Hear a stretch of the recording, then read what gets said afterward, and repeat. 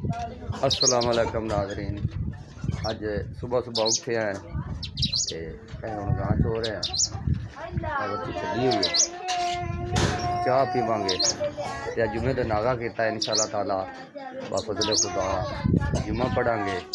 नाले मोहम्मद सुबान ने आया जे छड़ के आना बंगले रस्ते च दाखिल करके आना। दुआ करो तुसी भी ते मैं भी कि अल्लाह ताला इन कुरान का हाफिज बना के तो फेल करके और ऐसा है अजान तो बड़ा है तेन पता ही है जो टिकटॉक पे होंगे मोहम्मद सुबान उर्फ माई उन छड़ के चल छिड़ी एक मिनट बोली ना एक मिनट अम्मी पीछे हो पता नाल को लग गई है आवता सीधे बेचारी पर खुराक को नहीं मैं ना काम थे बाड़ा दे वास्ते गल होंदी पट्ठे गत्ते ना टाइम ते पानी पिवाया ते पिवाया ना पिवाया ते ना इत्थे हो जा कैमरे मैन बहुत धुंधला है। हां नहीं इत्थे शांत हो जा कौन साफ है वाकई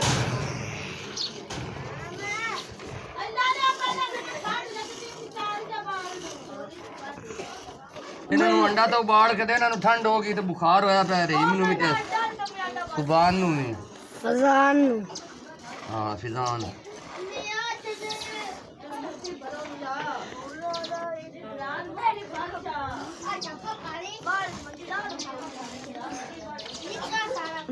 सूरज दा सीन ले लवा जला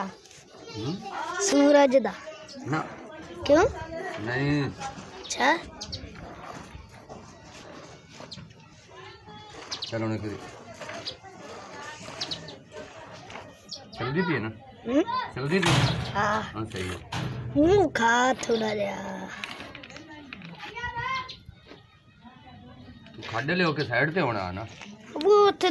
धुप दा चमकारा पैंदा तो धुंधला दिसदा धुंधला चलो सही है दा चमकारा पैंदा करता हो जा बिस्मिल्लाह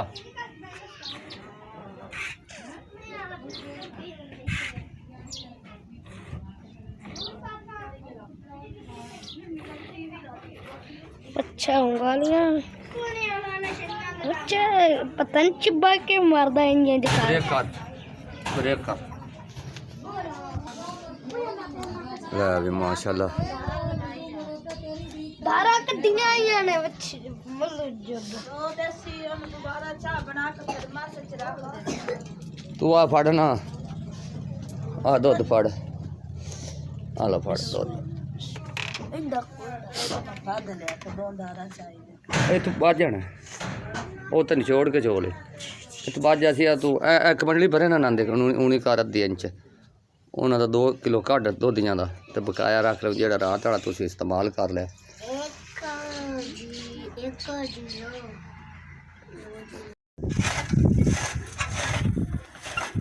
पुत्र बेशफकत चंगा जोर ला के